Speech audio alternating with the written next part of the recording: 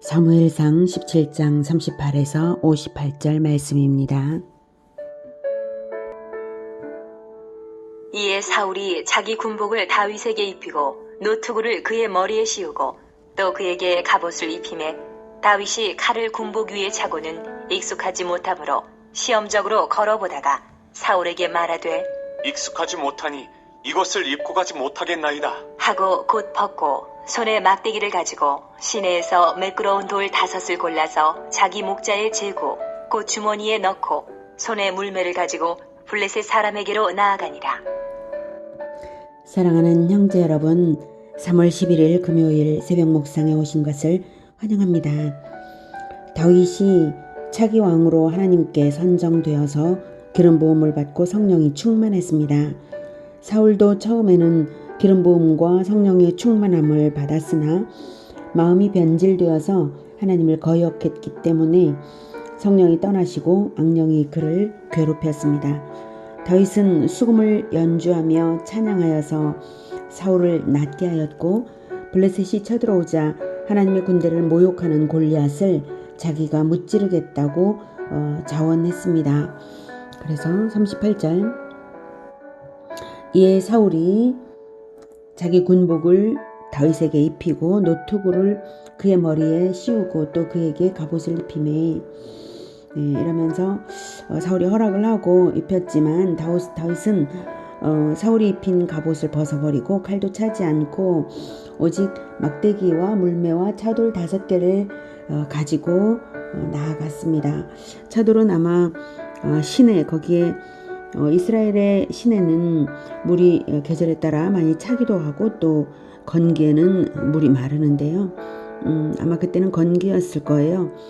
그래서 그 골짜기까지 내려와서 골리앗이 그랬고요. 그리고 거기에 시내였던 곳에는 차돌맹이들이 많이 있을 테니까 매끈매끈한 차돌맹이로 물맷돌로 던지기 좋은 것으로 차돌 5개를 가지고 나아갔습니다.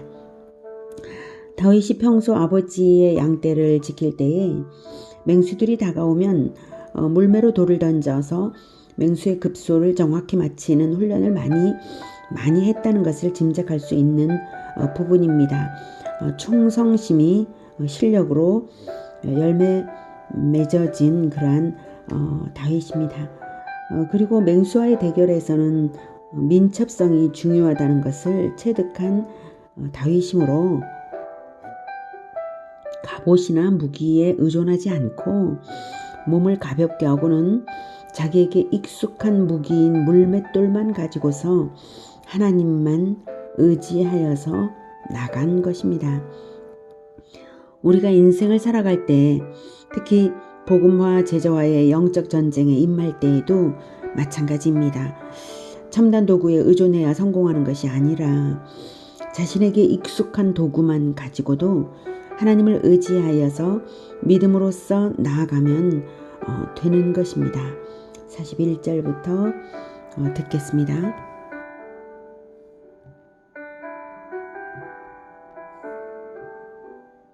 블레셋 사람이 방패든 사람을 앞세우고 다윗에게로 점점 가까이 나아가니라. 그 블레셋 사람이 둘러보다가 다윗을 보고 업신여기니 이는 그가 젊고 붉고 용모가 아름다움이라.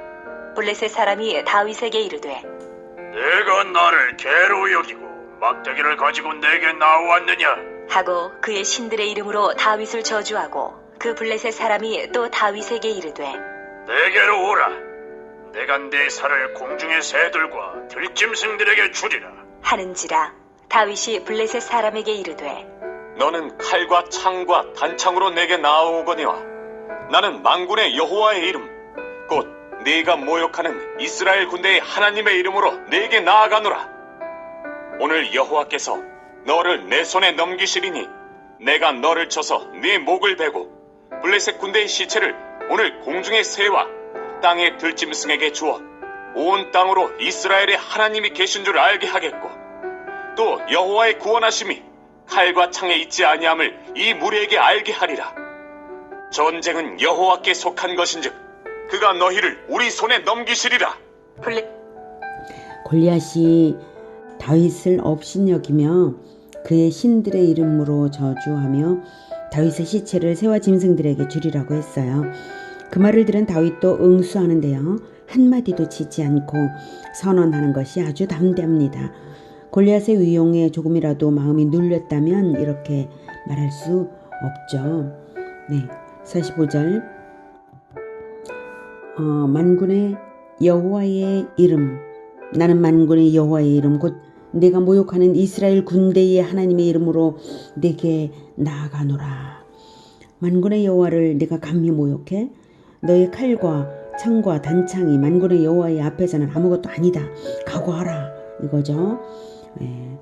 46절에 블레셋 군대의 시체를 오히려 내가 블레셋 군대의 시체를 오늘 공중의 새와 땅의 들짐승에게 주어서 온 땅으로 이스라엘에 하나님이 계신 줄 알게 하겠노라 하는 겁니다.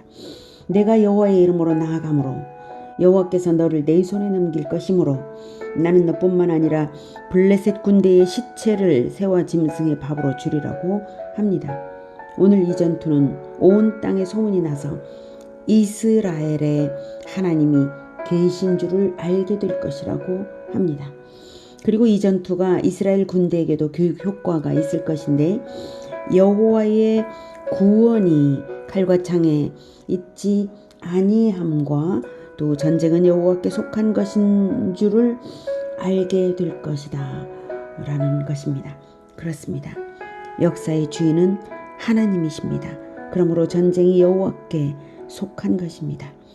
여호와 편에 서고 여호와를 의지하는 한 여호와의 군대는 필승인 것입니다. 이미 승패는 결정되어 있는 것입니다. 우리도 복음화 제자와의 영적 전쟁이 마찬가지로 그렇습니다. 우리의 영적 전쟁은 이미 십자가에서 승패가 났습니다. 그래서 부활로서 증명된 것입니다. 우리의 영적 전쟁은 다만 승리자이신 예수님 편에 서느냐, 세상 편에 서느냐, 주님을 의지하느냐, 인간의 힘만 의지하느냐, 그 태도에 달려있을 뿐입니다. 승패는 이미 난 것입니다. 48절부터 블레셋 사람이 이러다 다윗에게로 마주 가까이 올 때에 다윗이 블레셋 사람을 향하여 빨리 달리며 손을 주머니에 넣어 돌을 가지고 물매로 던져 블레셋 사람의 이마를 치매 돌이 그의 이마에 박히니 땅에 엎드러지니라. 다윗이 이같이 물매와 돌로 블레셋 사람을 이기고 그를 쳐 죽였으나 자기 손에는 칼이 없었더라. 다윗은 오직 물맷돌만으로 골리앗의 이마를 쳐서 쓰러뜨렸습니다. 스스로 훈련되었으므로 날래게 움직이기 위해서 칼도 소지하지 않고 용감하게 행하여서 이겼습니다. 51절 다윗이 달려가서 블레셋 사람을 밟고 그의 칼을 그 칼집에서 빼내어 그 칼로 그를 죽이고 그의 머리를 베니 블레셋 사람들이 자기 용사의 죽음을 보고 도망하는지라. 다윗의 신속함과 지혜는 바로 이것을 생각해 두었던 것입니다. 넘어뜨렸을 때에 신속하게 칼을 빼앗아서 죽일 수 있도록 가까이까지 달려서 물맷돌을 맞췄고 쓰러지자마자 달려가서 밟아 골리앗의 칼로 골리앗을 죽였습니다. 그리고 골리앗의 머리를 베어 들어 올렸을 때에 블레셋 군대는 혼비백산했습니다. 52절 이스라엘과 유다 사람들이 일어나서 소리 지르며 블레셋 사람들을 쫓아 가이와 에그론 성문까지 이르렀고 블레셋 사람들의 부상자들은 사라임 가는 길에서부터 가드와 에그론까지 엎드러졌더라. 이스라엘 자손이 블레셋 사람들을 쫓다가 돌아와서 그들의 진영을 노략하였고 다윗은 그 블레셋 사람의 머리를 예루살렘으로 가져가고 갑주는 자기 장막에 두니라. 네, 이렇게 전쟁은 승리로 끝났고요. 다윗이 블레셋 사람의 머리를 예루살렘으로 가져가고 갑주는 자기 장막에 두었다는 것은 골리앗의 투구와 갑옷을 자기 장막에 두었다가 훗날 왕이 되고 나서 여부수를 쳐서 예루살렘을 회복했을 때에 투구를 예루살렘으로 가져갔다는 것으로 해석이 됩니다. 이 당시에는 여부수가 미정복지였기 때문에 골리앗의 머리를 여부수로 가져갈 이유는 없었던 것이죠. 한편 사울은 다윗이 골리앗을 상대하여서 용감하게 싸우는 장면을 보면서 그때 다윗에 대한 관심이 매우 높아졌습니다. 55절. 사울은 다윗이 블레셋 사람을 향하여 나아감을 보고 군사령관 아브넬에게 묻되 아브넬아, 이 소년이 누구의 아들이냐? 아브넬이 이르되 왕이여, 왕의 사심으로 맹세하옵나니 내가 알지 못하나이다.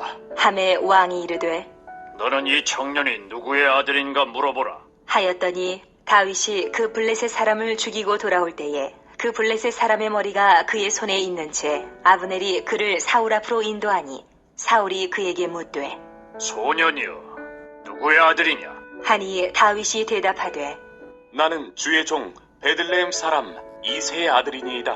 하니라. 사울이 자기를 위해 수금을 연주했던 다윗을 모를 리는 없고요. 다만 누구의 아들인지에 대해서는 무관심했었는데 이제는 깊은 관심이 생기는 것입니다. 오늘은 다윗의 담대한 믿음과 용기에 깊은 감동이 일어납니다. 우리가 다윗처럼 승리자이신 예수님 편에 담대한 믿음으로 서야 하겠습니다. 예수님께서도 십자가를 지시기 이전에 이미 승리했음을 선언하셨습니다. 십자가를 지시기 전날에 제자들에게 하신 말씀에는 요한복음 16장 11절에 심판에 대하여라 함은 이 세상 임금이 심판을 받았음이라 라고 말씀하셨습니다. 이 세상 임금 즉 마귀가 이미 심판을 받아 패배한 자임을 말씀하셨습니다. 그 심판은 에덴에서 하나님께서 여자의 후손이 옛뱀 마귀의 머리를 상하게 할 것이라는 선언으로 1차적으로 선언되었고요. 예수님께서 그 언약대로 이 세상에 오심으로써 실현되었으며 십자가에서 성취되고 부활로서 확인되었습니다. 다만 아직 공중권세를 잡고 있는 것은 마귀가 공중권세를 잡고 있는 것은 마귀가 승리할 가능성이 있어서가 아니라 심판의 집행이 재림 때까지는 유보되었기 때문입니다. 지금은 마귀는 패배가 확정되었고 집행만 유보되었을 뿐입니다. 하나님께서 모든 민족 제자화의 실천에 따라 충만한 수가 하나님께로 돌아오면 때가 이르러서 종말은 반드시 집행될 것입니다. 요한복음 16장 32, 33절에는 보라 너희가 다 각각 제 곳으로 흩어지고 나를 혼자 둘 때가 오나니 벌써 왔도다. 그러나 내가 혼자 있는 것이 아니라 아버지께서 나와 함께 계시느니라. 이것을 너희에게 이르는 것은 너희로 내 안에서 평안을 누리게 하려 함이라. 세상에서는 너희가 환난을 당하나 담대하라. 내가 세상을 이겼노라. 예수님께서 이어서 하신 말씀입니다. 복음화 제자와의 영적 전쟁을 수행하는 중에 환난을 당할지라도 두려워할 것이 없습니다. 이미 승패는 결정났기 때문입니다. 현상에 흔들리지 말고 승리자 편에 담대한 믿음으로 서기만 하면 됩니다.